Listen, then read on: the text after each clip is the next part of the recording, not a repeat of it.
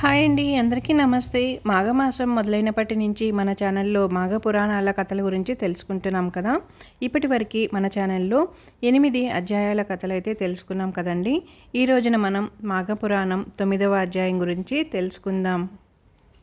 గంగా నది పవిత్రత, దాని జలాల శక్తి గురించి వివరిస్తుంది. భగవంతుడి నుండి వచ్చిన గంగా నది అన్ని పాపాలను తొలగిస్తుందని, స్నానం చేస్తే మోక్షం లభిస్తుందని నమ్మకం.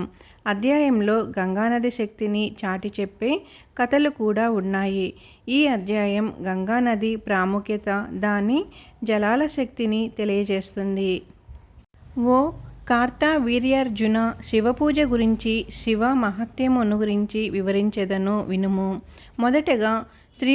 మొదటిగా శ్రీరామచంద్రుడు రావణుని సంహరించుటకు సముద్రముపై వారధి కట్టిన చోట శివలింగమును ప్రతిష్ఠించి శివుణ్ణి ధ్యానించి వారధి దాటి రావణుని సంహరించెను.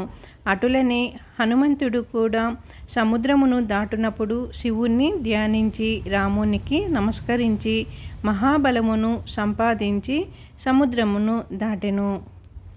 ఇంకను అర్జునుడు యుద్ధమునకు బయలుదేరే ముందు శివుణ్ణి పూజ చేసిన ఎడల యుద్ధరంగములో ప్రవేశించును. మరెందరో మహానుభావులు శివుణ్ణి ధ్యానించి జయము చేకూర్చుకొనిరి. స్త్రీలు తమ మనోవాంఛను తీర్చుకొనిరి కనుక శివపూజ పవిత్రమైనది. అటులనే నదులలో గంగా నది పరమ పవిత్రమైనది. ఎటులనగా గంగాజలము విష్ణుపాదముల నుండి పుట్టినది, శివుని శిరస్సు నుండి ప్రవహించు నటి దినము అయినందుననే సర్వపాపహరమైనది. గంగాజలములో స్నానమునకు అంత ప్రాముఖ్యత ఉన్నది. ఇంకను గంగాజలము గురించి చెప్పబోవునది ఏమనగా, ఏ నీళ్లను గాని గంగా గంగా గంగా అని 3 పర్యాయములు అనుకొని శిరస్సున చల్లుకొనినచో ఆ నీళ్లు గంగాజలముతో సమానమగును. గంగాజలము విష్ణుమూర్తి ప్రతిరూపము కనుక మాఘమాసములో అంగస్నానము అత్యంత పుణ్యప్రదమని తెలుపుచు గంగాజల మహత్యము గురించి కార్తవీర్యార్జునునకు దత్తాత్రేయుడు వివరించెను. కొంతకాలము క్రిందట మగధ రాజ్యములో పురోహిత వృత్తిచే జీవించుచున్న 4 బ్రాహ్మణులు ఉండిరి. 4 కుమార్తెలుండిరి. వారు నిండు యవ్వనవతులై ఉండిరి. కొన్ని రోజులకు ఆ గ్రామపు కోనేటిలో స్నానం చేయుటకు ఒక గురుకుల విద్యార్థి వచ్చెను.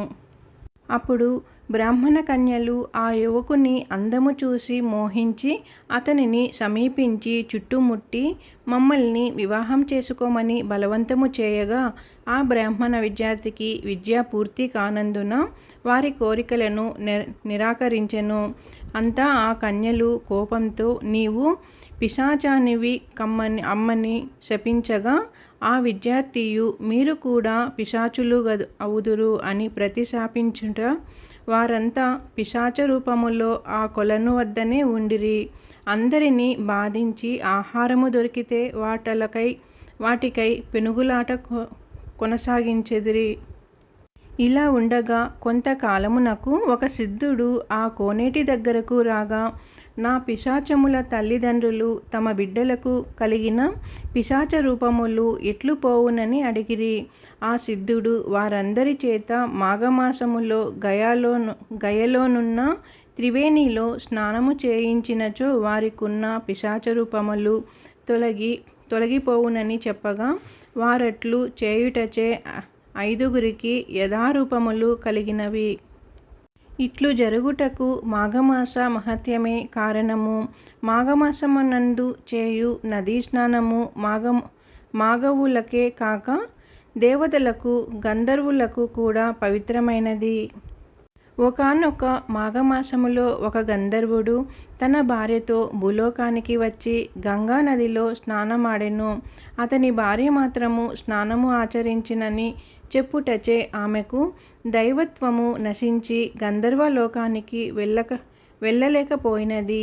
ఆమెను విడిచిపెట్టి ఆ గంధర్వుడు ఒక్కడే వెళ్ళిపోయాడు. ఆమె అడవిలో తిరుగుచూ విశ్వామిత్రుడు ఉన్న చోటుకు వెళ్ళి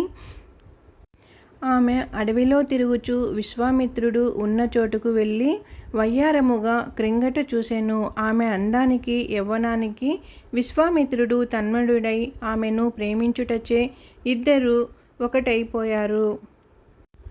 మరలా ఆ గంధర్వుడు తన భార్యను వెదుకుచూ వచ్చి చూడగా విశ్వామిత్రుడు గంధర్వశ్రీ క్రీడించుచుండిరి. ఆ దృశ్యమును చూసి మండిపడుచు తపస్వివైయుండి కూడా ఇలా కామతృష్ట కలవాడైనందున నీకు కోతిముఖము కలుగుగాక అని విశ్వామిత్రుని పాసానపై పడి ఉండమని భార్యను శపించి వెళ్ళిపోయినాడు. విశ్వామిత్రుడు చేయునది లేక వానర ముఖం కలిగియుండగా నారదుడు ఆ విషయమును తెలుసుకొని విశ్వామిత్రుని కడకు వచ్చి, విశ్వామిత్ర, క్షణభంగురమైన తుక్షకామ వాంఛకులలోనైనా నీ తపశ్శక్తినంతా వదులుకున్నావు. సరేలేము, గంగానదిలో స్నానము చేసి నీ కమండలముతో గంగాజలము తెచ్చి ఈ పాషాణముపై చల్లుము అని వివరించగా విశ్వామిత్రుడు గంగా స్నానము చేసి విష్ణువును ధ్యానించి కమండముతో నీరు తెచ్చి పాషాణముపై చల్లగా ఆ రాయి పూర్వం గంధర్వ స్త్రీ రూపమును పొంది గంధర్వలోకమునకు వెళ్ళిపోయెను. పూర్వరూపము నొందిన విశ్వామిత్రుడు తపస్సునకు వెళ్ళిపోయెను. ఇదండి మాఘపురాణాలలో 9వ అధ్యాయం కథ అయితే ఇప్పుడు మనం తెలుసుకున్నాం కదా. గంగా నది పవిత్రత, దాని జలాల శక్తి గురించి వివరిస్తుంది అనే కథ గురించి ఇప్పుడు మనం తెలుసుకున్నాం కదండి. వీడియో మీకు నచ్చినట్లయితే నా ఛానల్ సబ్స్క్రైబ్ చేసుకుని లైక్ ఇవ్వండి, అలాగే మంచిగా కామెంట్ చేయండి. కొత్తగా చూసేవారు ఉంటే కానీ ఛానల్ సబ్స్క్రైబ్ చేసుకొని ఛానల్లోకి వెళ్ళి వీడియోస్ అన్నీ కూడా చూసి ఎలా ఉన్నాయి ఏంటి అనేది కామెంట్ చేయండి. మాఘపురాణాల కథల గురించి చెబుతూ అయ్యప్ప స్వామి పూజ వీడియో అయితే పెట్టానని ఆలోచిస్తున్నారండి. ఏం లేదండి, ఇది మా బాబు ఫస్ట్ సారి వేసినప్పుడు పూజ చేశామన్నమాట, అయ్యప్ప స్వామి పూజ. ఆ వీడియో అయితే ఇప్పుడు సెండ్ చేశానండి. బాబు మొదటిసారిగా వేసినప్పుడు ఈ పూజ అయితే చేశామండి. ఇక్కడ మేము తిరుపతిలో తిరుచానూరు దగ్గర అయ్యప్ప స్వామి టెంపుల్ ఉంది, ఆ గుడిలోనే ఇలా చేస్తారు. అమౌంట్ కట్టేశామంటే కానీ మా బాబు పూజ అండి ఇది. అయ్యప్ప స్వామి దర్శనం మీరు చేసుకునేట్లుంటుందని ఈ వీడియో అయితే పెట్టి నేను మాఘపురాణం కథ అయితే చెప్పానండి. వీడియో నచ్చినట్లయితే లైక్ కొట్టి సబ్స్క్రైబ్ చేసుకోండి.